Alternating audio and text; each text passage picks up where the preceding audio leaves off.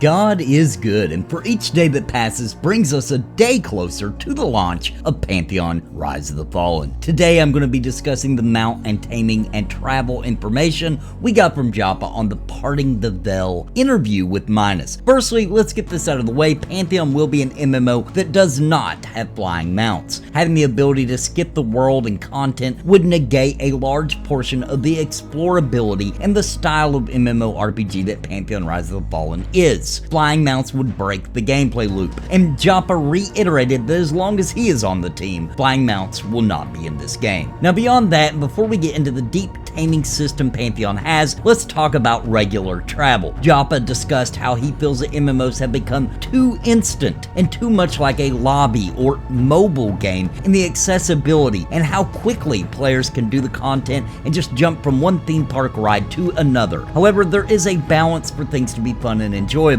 As you probably already know, there is sprinting in Pantheon and abilities that certain classes will get to enhance that ability, and sprinting will become a huge part of your general on-foot travel. But what about when you need to travel vast distances? Because Terminus in Pantheon Rise of the Fallen is a huge world, and a port is not available from another player, and yes, Druid and Wizard Ports are going to be in Pantheon, of course, but will require real people to do that for you if you aren't one yourself. So here we go. Dial a port, let's go. Also, feature creep was mentioned because I know you are all thinking it, and before you head into the comments to let me know about that, they did ensure that the mount system, and you can fact check this yourself, it is true, all the way back to Brad McQuaid's original vision, has always been part of the vision. They just weren't ready to reveal it until now, due to not being 100% sure until now exactly how it would work. And now they know, and well, enter their mount and taming system. Now there is a skill for taming that can be acquired in the world, and something you must get better at. But as you skill up, you will learn to be able to tame certain creatures in the world, the ones the developers have deemed as something mountable. This will allow faster travel, but Joppa made it clear that he hasn't been satisfied with any mount in any MMO to date. He feels the inertia and feeling of weight is missing in MMORPG mounts, and he hopes to bring a greater sense of having a mount feeling different and feeling real and visceral. This will tie into different skills such as handling as something you will get better at and the controls tighten up, for example. Another skill mentioned is will. This is tied to how long the mount will allow you to ride it, but then he goes into more about the will skill, saying it is going to roll independently of the other stats regardless of the level or rarity of the mount. Will decides how long you can ride the mount without stabling it, and we'll come back and talk more about stabling mounts in a bit. There will be items that can be equipped to your mounts as well. Much of this, it sounds like, will be crafted by players, but you can expect an inventory section in the UI for equipping things to mounts. There will also be some class abilities for certain classes, such as the Druid, that enhance the mounts in one way or another. Now, when trying to tame an animal to ride it, you must be above it in level, and you must also have enough skill for taming to tame it. Then, depending on your level versus the animal and your skill level, it will roll stats for the animal if you succeed. The higher the level the animal, the higher the pool it can roll into. So in other words, there's a lot going on here behind the scenes, and it sounds like it will add a lot to general gameplay loops, and getting higher level animal mounts will be very desirable for players to hunt and get. There will be rare mounts out in the world as well, of all level ranges. Joppa mentioned a Thunderpaw bear, for example, in Pantheon. If you find one you can tame, and to be rare, it would actually, he called it dauntless, which means instead of rolling into a primary stat, that would roll into two primary stats, endurance and stability, for example. So going beyond just looking cool, it actually is a better mount. He also poked some fun at how we had become accustomed to a mount just being an icon in our backpack, and then went on to talk about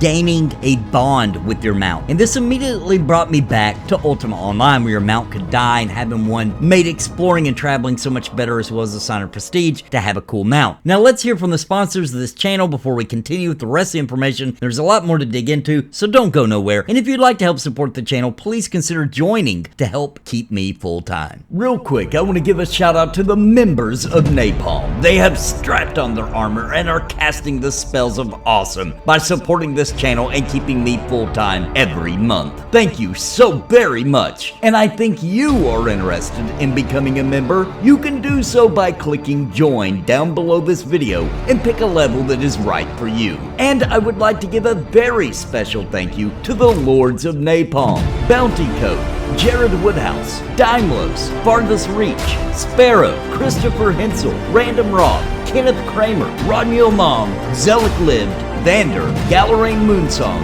What's the takeaway? Thank you for your highest tier membership. Now let's talk about stables. Now before we get into this, understand that the purpose of mounts is to help you on your way, not to replace walking all of the time. The whole purpose of the intricate taming system is that this just adds to the exploration that Pantheon has. Mounts are not meant to replace the exploration aspects of Pantheon. The general idea is that eventually the mount will have had enough, will status how that is decided, and buck you off and return to the wild. However, Pantheon Rise of Fallen wants there to be a bit of permanence with mounts. So once you reach level 20 and you can get the taming ability, and you now have the ability to get a stable slot. Now it's not just given to you, it will cost a decent amount of in-game gold, as well as skilling up your taming a bit to unlock it. Then you can register an animal, which is now available to you as long as it is stable there. If you get knocked off from taking damage while riding, it will not leave. But if you get off of it and leave it alone for too long unattended, it will return to the stable. You also can't tame another animal while yours is out with you. So as you can see, this will help you perhaps get to the dungeon, for example, and once again, you've earned that right at this point. However, the trip back will need some hiking or looking for another animal to tame back. This system allows the mountain taming system to stay relevant even after you've found your forever stable mount of choice, and this doesn't detract from the gameplay loop of exploration and danger of the world. You will likely not just be charging through mobs with your mount, whether it is temporary or a stabled, because you'll get knocked off, and likely I'm going to assume you're going to take a stun while slamming into the ground, leaving you prone and able to be picked apart by the mobs. Now of course I kind of get a little exaggerative with that, but it sounds extremely likely. Some other interesting beans was Joppa mentioned that Black Rose Keep, which we've seen this dungeon many times before, that there is a rumor in the lore that there are some prestigious horse mounts in that area. So don't think the dungeons won't have some taming opportunities as well. Overall, this sounds like everything else we learned about Pantheon Rise of the Fallen, an interesting and deep system that takes the foundation of something great in MMORPGs and is attempting to make it better, and keep that classic spirit of MMORPGs as well. Now let me know what you think about all this information in the comments down below, and don't forget to like the video and hit subscribe if you like MMOs, because that's what we do here all day, every day. And we are working to become a top contender in MMORPG content on YouTube. If you'd like to throw me a bone or two to help me pay the bills, please consider dropping a super thanks as well. And until next time, my friends, God bless and happy gaming.